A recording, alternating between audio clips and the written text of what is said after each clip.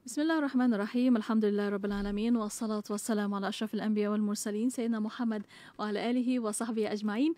Assalamualaikum warahmatullahi taala wabarakatuh kepada para pendengar yang masih setia bersama kami di Radio Setia Kefahaman Islam Malaysia. Alhamdulillah masih bersama destinasi IKIM pada waktu ini bersama saya Mona Jasman dan juga Syafiq Saleh. Syukur alhamdulillah kita kembali lagi bersama dalam pertemuan yang baik-baik di petang ini, petang Selasa, masya-Allah. Kita teruskan lagi program kuliah kita iaitu rancangan Islam Agamaku bersama dengan tetamu kita Mona.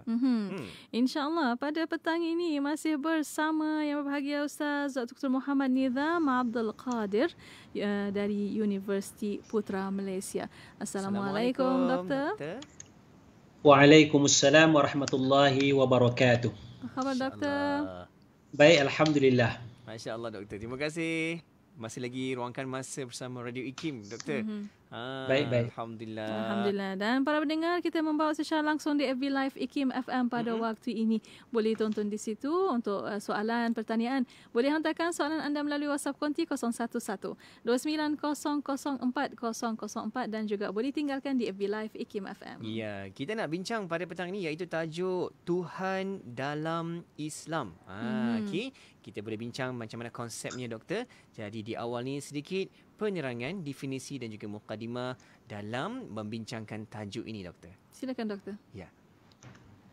Bismillahirrahmanirrahim. Assalamualaikum warahmatullahi wabarakatuh. Alhamdulillahi rabbil alamin wassalatu wassalamu ala asyrafil anbiya'i wal mursalin wa ala alihi wa sahbihi ajma'in. Subhanaka la ilma lana illa ma 'allamtana innaka antal alimul hakim wa la haula wa la quwwata illa billahil aliyyil azim amma ba'. Terima kasih DJ Syafiq yang pendengar Radio IKIM, moga-moga kita dirahmati Allah Subhanahu wa taala.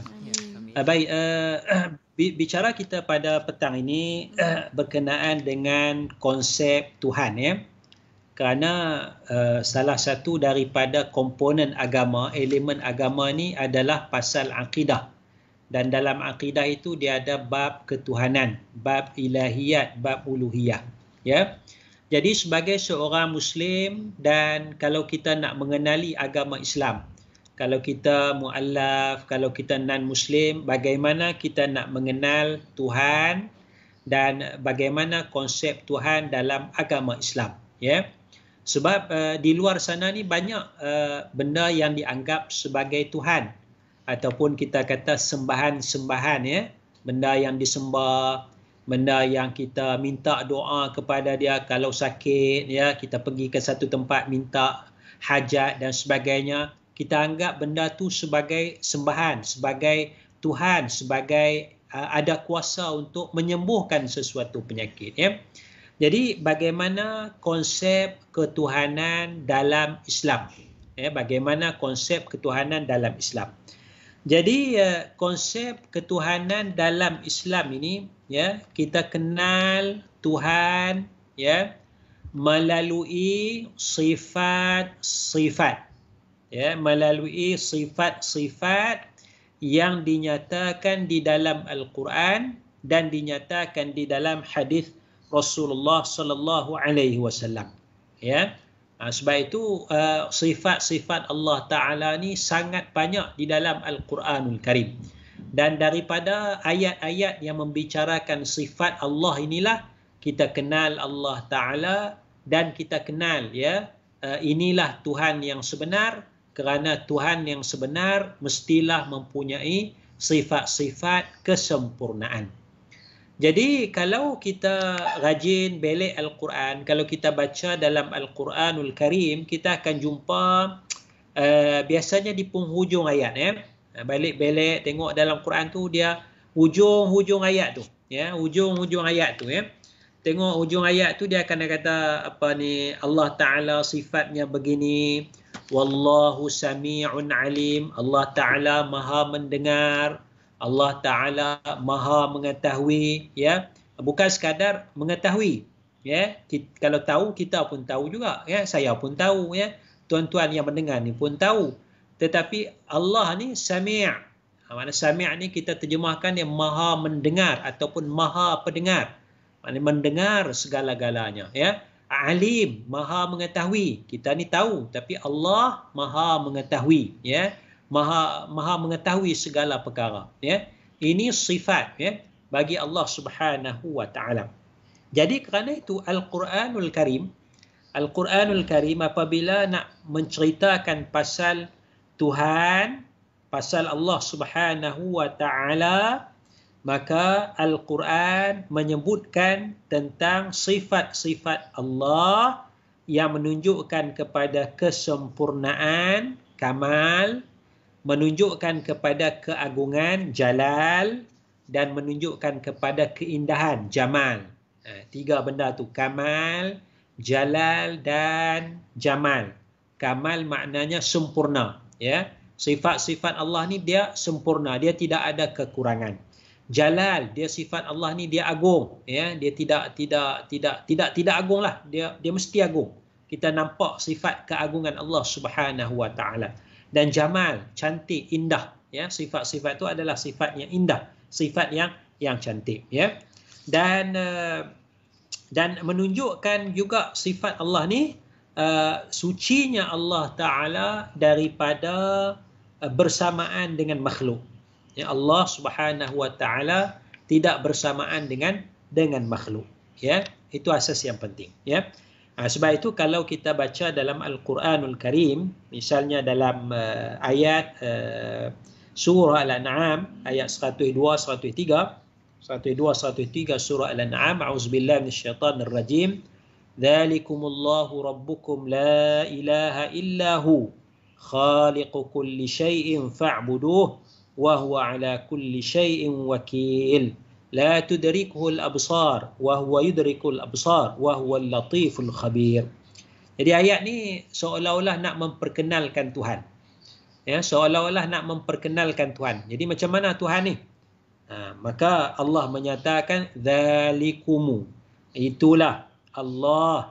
Dzalikumullah, itu adalah Allah. Siapakah Allah? Rabbukum. Allah ni adalah Tuhan kamu, adalah pencipta, adalah Tuhan kamu, Rabb, ya, pemilik bagi kamu, ya. Rabb makna pemilik lah. Allah yang memilih kita. Kata Rabb tu maknanya pemilik, salah satu maknanya. La ilaha illahu, tiada Tuhan melainkan Dia. Tiada Tuhan yang sebenar yang disembah melainkan Dia, melainkan Allah Subhanahu wa taala. Khaliqu kulli syai', ya, Allah pencipta segala-galanya. Ini sifat Allah taala. Ya, Allah taala itu ada Rabb. Allah taala itu wahdaniyat, tidak ada Tuhan selain daripada Allah. Allah taala itu berkuasa, maka Allah taala sebagai pencipta, ya, sifat Allah taala. Fa'budu, maka sembahlah Allah Subhanahu wa taala. Wa huwa ala kulli syai'in wakil. Allah taala ke atas tiap-tiap sesuatu, Allah taala menguasai, ya. Baik, jadi ini sebahagian daripada sifat Allah Subhanahu wa taala, kekuasaan Allah sebagai pencipta. Jadi cuba kita bandingkan dengan agama-agama yang lain. Adakah Tuhan dalam agama yang lain menyebutkan sifat-sifat sempurna bagi Tuhan? Adakah agama-agama yang lain menunjukkan sifat yang sempurna bagi Tuhan? Kerana dalam Islam Allah, ya, Allah adalah Tuhan yang sebenar dan Allah bersifat dengan segala sifat kesempurnaan.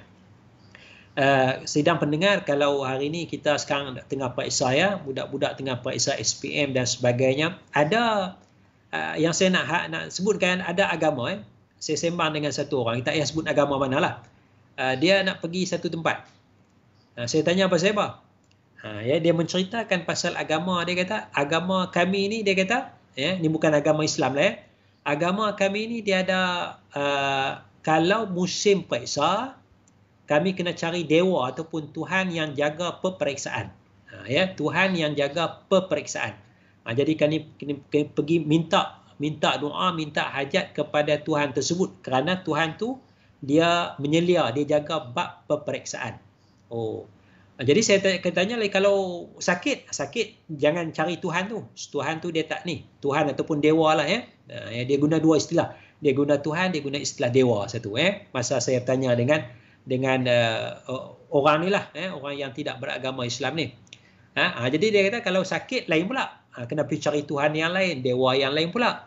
Kerana ada Tuhan, ada dewa, dia jaga bab sakit je. Bab sakit nak bagi sihat dia. Ya. Kalau nak periksa, jangan cari Tuhan sakit, Tuhan sembuh ni. Kena cari Tuhan yang jaga periksa. Ya. Jadi dia ada spesialis. Tuhan ni ada spesialis dia. Ini ada agama yang sebegitu, ya. Tapi dalam agama Islam tidak. Kalau nak periksa, minta kepada Allah, Allah mudahkan. Kalau sakit, nak minta bagi sembuh, minta kepada Allah Subhanahu Wa Taala. Kalau rasa lapar, minta kepada Allah, Allah yang akan bagi kenyang. Segala-galanya minta kepada Allah Subhanahu Wa Taala. Jadi dia tidak ada Allah lemah. Allah kuat dalam bab ni tapi lemah dalam bab ni. Allah boleh bagi sembuh tapi Allah tak boleh bagi makan. No. Dalam Islam Tuhan tidak sebegitu, ya. Tuhan mempunyai segala sifat kesempurnaan, ya. Jadi Allah Ta'ala Khaliq, adalah pencipta kulli syai', ya. Setiap sesuatu tu diciptakan oleh Allah Subhanahu Wa Ta'ala. Ada agama, ya, agama yang lain daripada Islam, ya.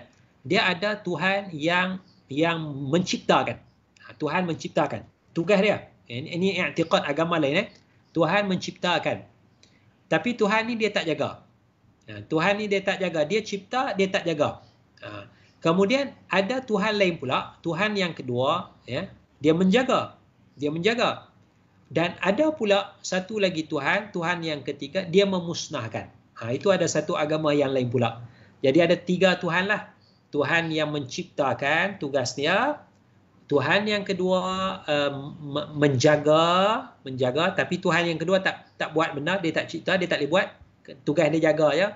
Tuhan yang ketiga, dia tak cipta, dia tak jaga, tapi dia musnahkan. Bila sampai masa nak musnahkan, dia musnahkan, ya. Ini ada juga agama yang sebegitu.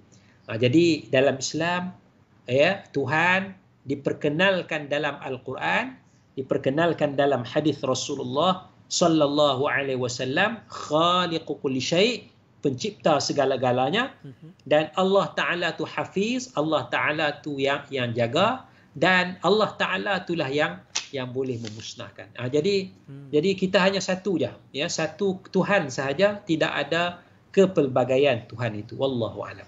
Masya-Allah, itulah yang terkandungnya dalam rukun Islam yang kita sama-sama ingat, kita hayati dan juga kita tanamkan dalam kehidupan kita. Masya-Allah.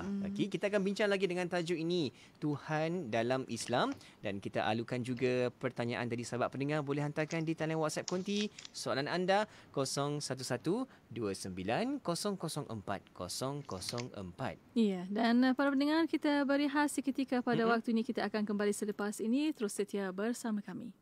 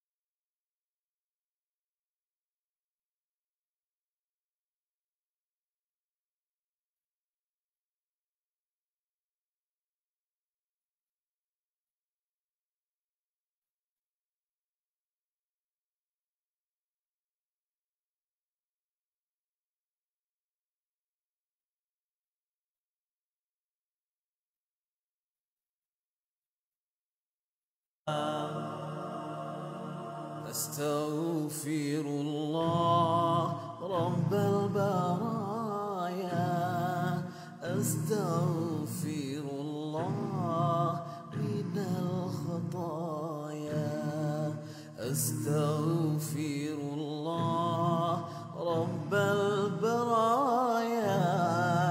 أستغفر الله ربي زدني علما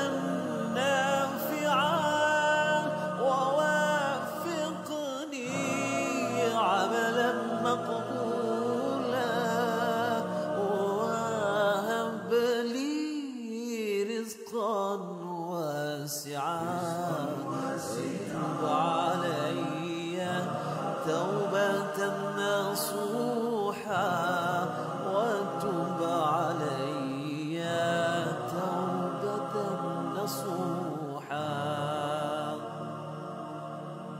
أستغفر الله رب البرايا أستغفر الله من الخطايا أستغفر الله رب البرايا أستغفر الله من الخطايا أستغفر الله رب البرايا أستغفر الله من الخطايا أستغفر الله رب البرايا أستغفر الله من الخطايا.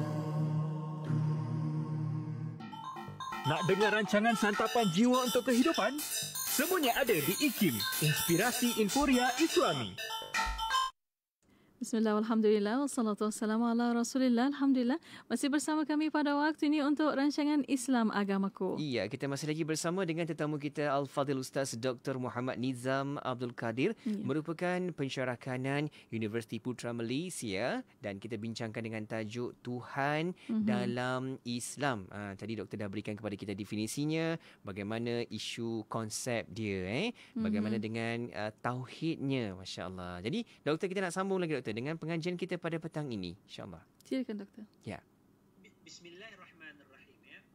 Salah satu perkara yang asas dalam Islam, agama Islam tentang bab Tuhan ini, Ya. ialah Islam menolak berbilang-bilangnya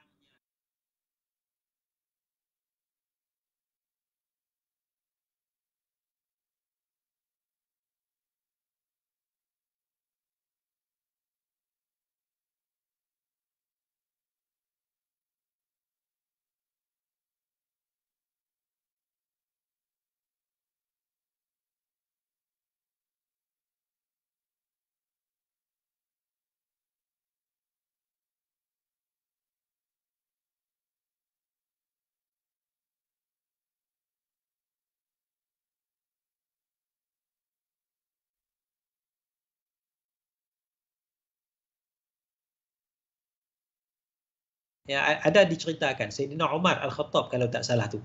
Itu masa jahiliah lah. Masa jahiliah belum dapat hidayah, ya, hidayah Islam tu. Jadi dalam agama Islam ni dia nak ajak supaya kita memikirkan tentang Tuhan mesti satu. Ya, Tuhan tak boleh dua. Tuhan tak boleh tiga. Tuhan tak boleh banyak. Tuhan mesti ahad. Mesti esa. Qul huwallahu ahad. Katakanlah bahawa Allah itu esa, Allah Ta'ala itu tunggal. Dia tak boleh ada banyak, ya. Tak boleh nak kata ada Tuhan matahari. Matahari itu Tuhan kerana matahari itu memberi cahaya. Kalau tak ada matahari, tumbuh-tumbuhan tak boleh hidup, ya. Jadi ataupun bulan, bintang tu jadi Tuhan, ya. Kerana dia memberi panduan kepada kita, ya. Jadi kesemua itu berlawanan dengan konsep tauhid, ya, konsep tauhid. Kerana konsep tauhid ni mestilah menyatakan esanya Tuhan, esanya Allah Subhanahu wa taala. Baik, kita cuba fahami beberapa nas Al-Quranul Karim, ya. Misalnya Allah Taala sebut Allah Taala sebut dalam surah Al-Anbiya ayat 22. Suratul Anbiya ayat 22. A'udzubillahi minasyaitonir rajim.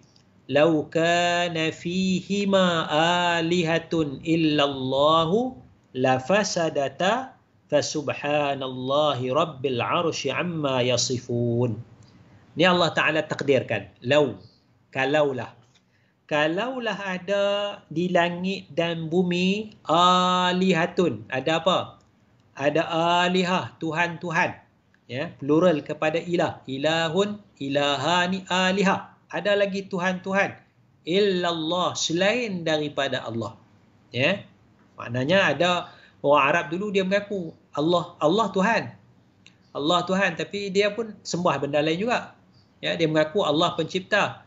Wala in sa'altahum man khalaqas samawati wal arda la yaqulunna Allah. Kalau kamu tanya kepada mereka Arab ketika itu, ya, siapakah yang menciptakan langit dan bumi? Nescaya mereka akan kata Allah yang cipta.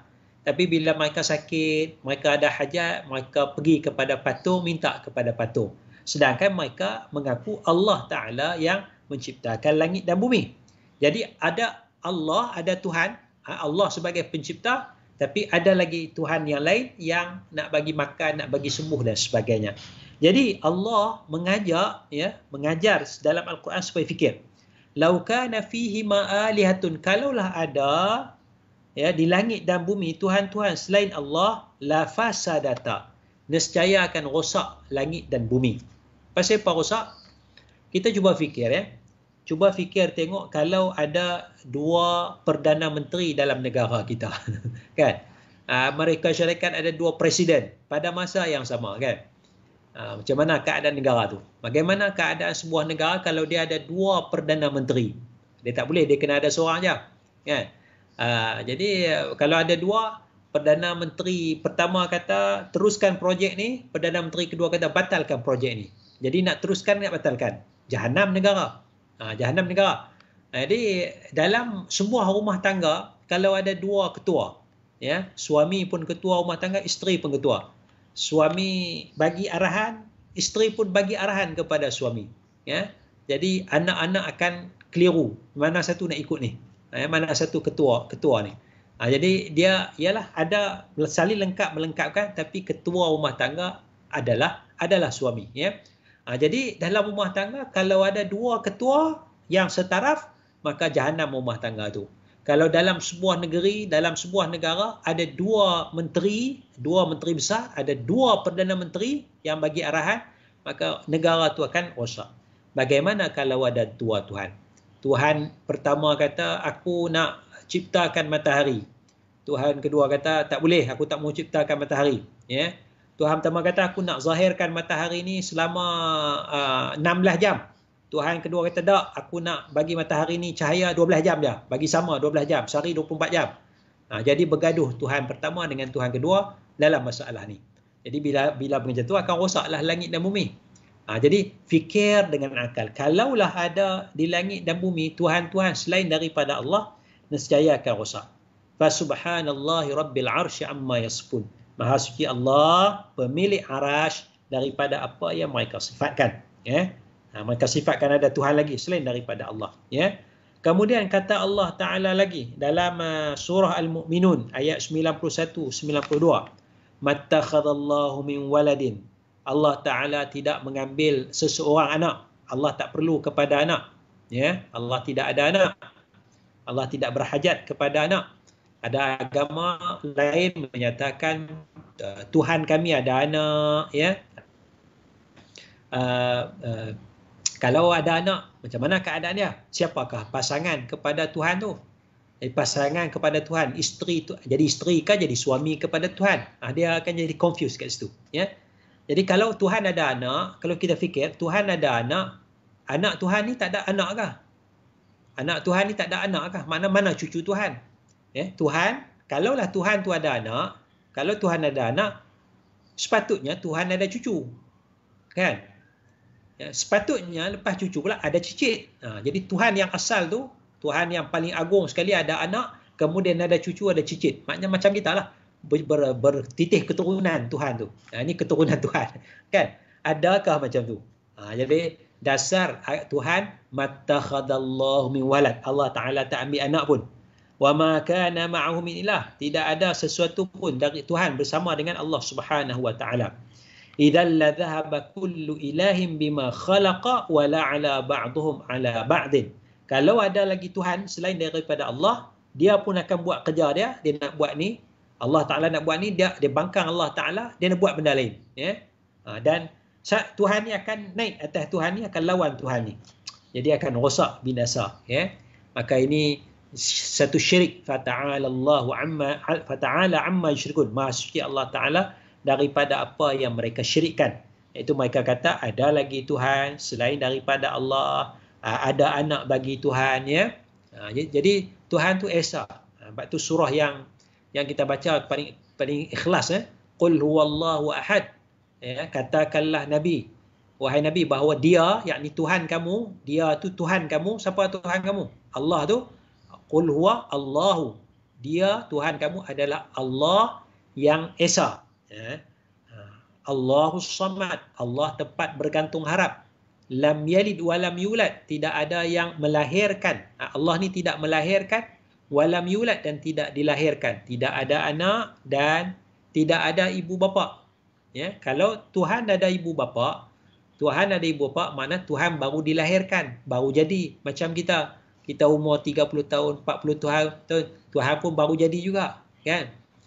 Jadi patutnya yang jadi Tuhan tu Tuhan ke bapa Tuhan, mak Tuhan. Jadi situ kita akan keliru, ya. Kalau Tuhan baru dilahirkan.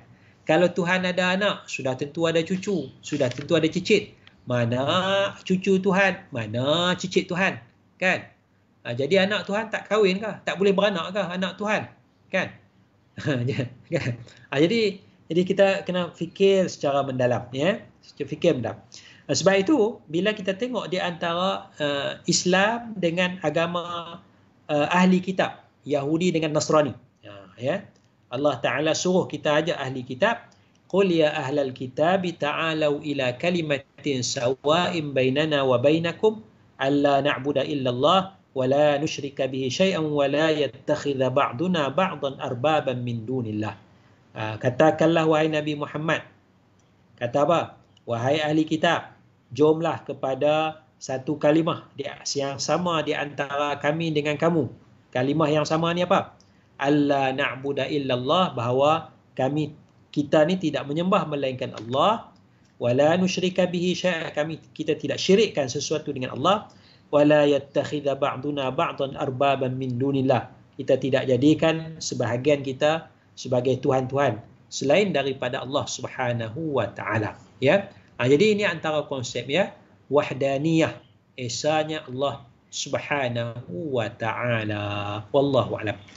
Masya-Allah, itu dia bagaimana kita hari ini membawakan nilai agama itu dan konsep bertuhan itu akan sentiasa ada pada kita.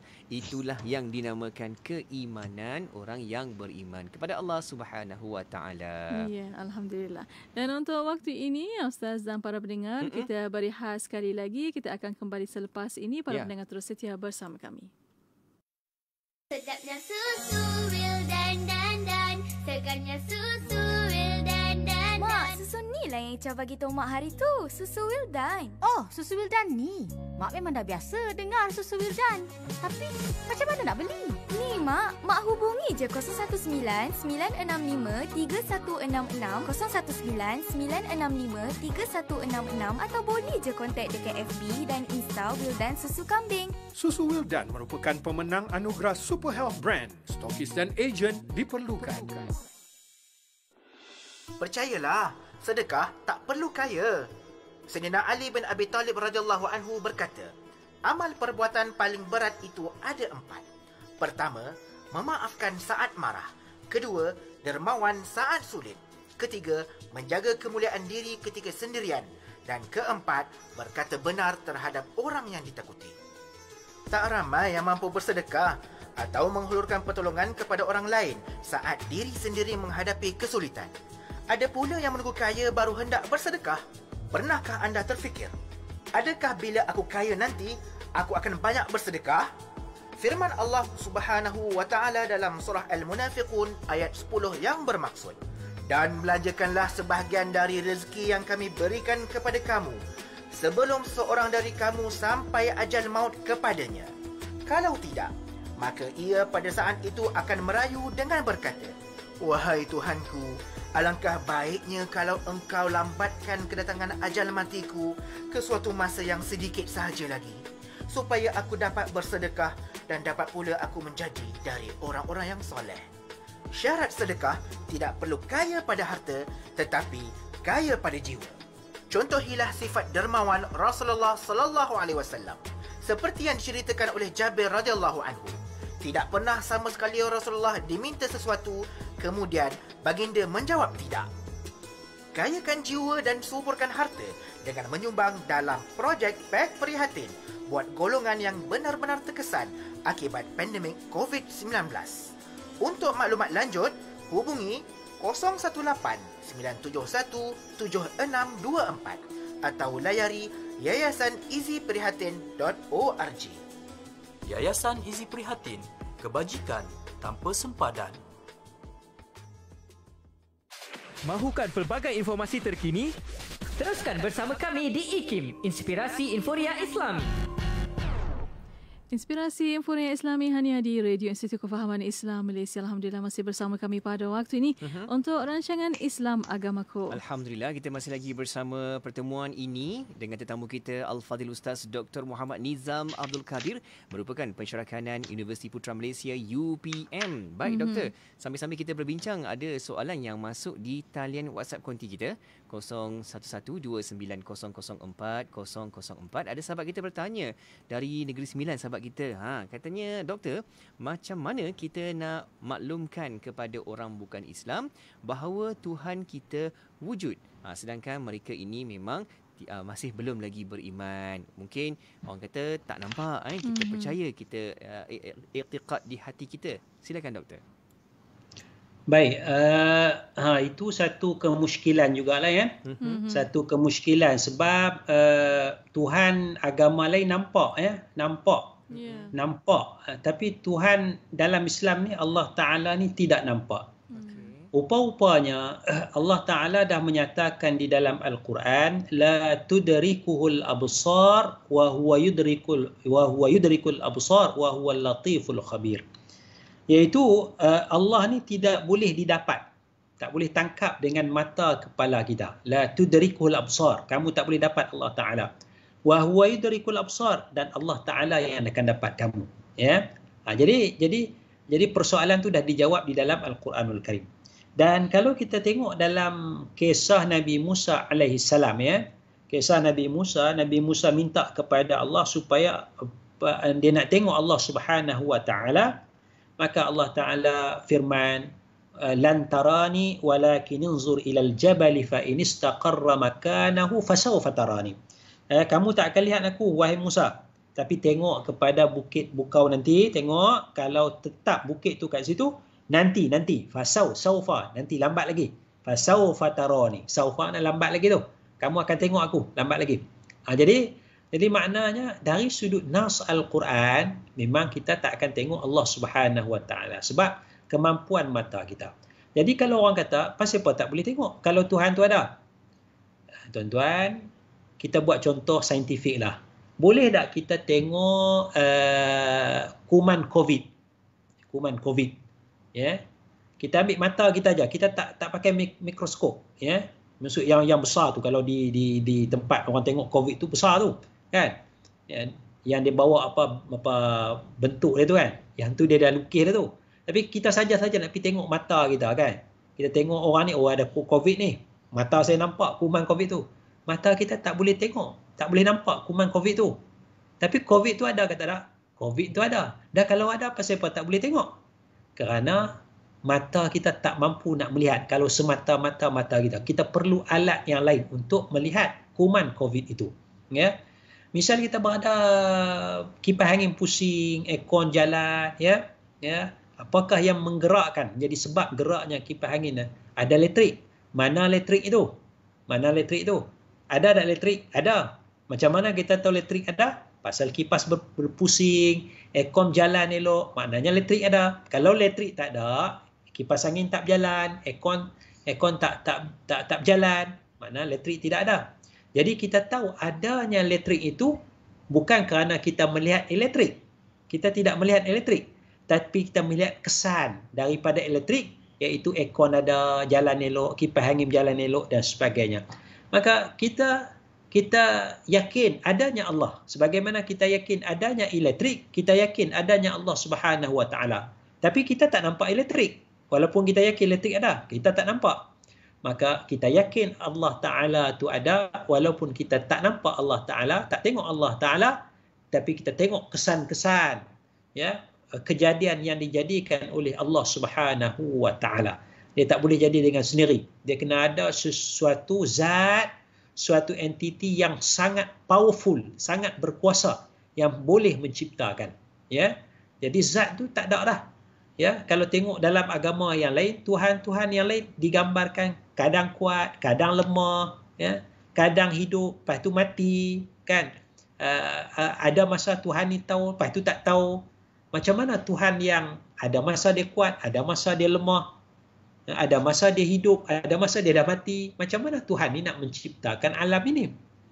Tapi bila cerita bab Allah, Tuhan Allah Ta'ala ni, Allah Ta'ala sebagai Tuhan ni, Allah Ta'ala maha hidup, tidak mati. Allah Ta'ala maha berkuasa, tidak lemah. Jadi saya menciptakan alam ini. Ya, kalau nak dibandingkan kisah-kisah ataupun cerita-cerita Tuhan dalam agama yang lain. Jadi saya ingat salah satunya kita boleh bawa contoh moden, ya. Contoh moden tu contoh elektrik, tak nampak tapi ada elektrik. COVID tu ada seluruh dunia. WHO, World Health Organization mengaku adanya kuman COVID tu. Tapi kita tak nampak dengan mata kepala kita. Begitu juga kuman-kuman yang lain, bakteri yang lain, mata kita tidak nampak. Tidak nampak, ya. Sedangkan benda tu ada, ya. Maka begitulah Allah Ta'ala tu ada, tapi mata kita tak mampu melihat, ya. Bukan kata kuman je. Kalau kita baca, ya, kita ambil buku, kita baca. Kita ambil Quran, kita baca. Ya. Kita letak Quran di sini, nampak boleh baca. Cuba kita Quran ni kita lekatkan ke mata kita.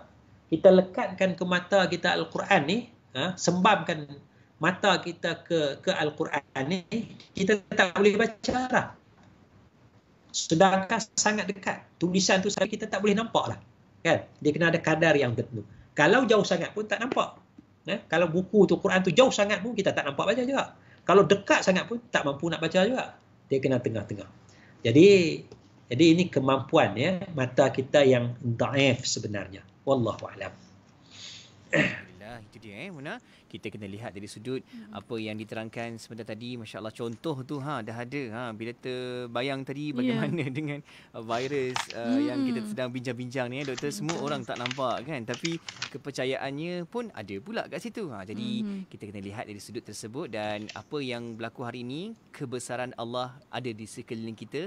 Semoga itu akan terus menjawab segala-galanya, insya-Allah. Insya-Allah. Dan untuk waktu ini, doktor tinggal sedikit masa lagi untuk kesimpulan dan kata-kata akhir. Silakan, doktor. Ya. Bismillahirrahmanirrahim. Saya nak mengajak supaya kita mengenali Allah, ya, sebagai Tuhan, ya. Dan kita renungkanlah, buatlah perbandingan ketuhanan, ya, Allah Ta'ala sebagai Tuhan ni dengan sembahan-sembahan dalam agama yang lain. Kita banding, tengok untuk kepuasan diri kita. Untuk kita i'tiqad betul-betul bahawa Tuhan yang sebenar adalah Allah Subhanahu wa Ta'ala. Wallahu a'lam. Amin, insya-Allah. Semoga itu akan terus menjadi jawapan yang kekal abadi sampai bila-bila, sampai hari kiamat, bahawa Allah Subhanahu wa Ta'ala adalah Tuhan segalanya. Ya, Alhamdulillah. Dan di akhirnya terima kasih banyak kepada Al-Fadhil Ustaz Dr. Muhammad Nizam Abdul Qadir. InsyaAllah, doktor, kita akan jumpa lagi. Assalamualaikum. Waalaikumsalam warahmatullahi wabarakatuh. Alhamdulillah. Terima kasih kepada anda yang terus juga tonton di Facebook Live IKIM FM, dan jangan lupa boleh sama-sama tonton semula di situ untuk kita buat ulang kaji, dapatkan semula bicara yang kita bawakan dalam rancangan Islam Agamaku. Tonton semula di Facebook Live IKIM FM. Ya, dan para pendengar tu setia bersama kami Destinasi IKIM, Inspirasi Inforia Islami. Negeri Sembilan 102.7. Bang, ni campur ni satu lagi berapa bang? Okey, kejap. Ni harga dia.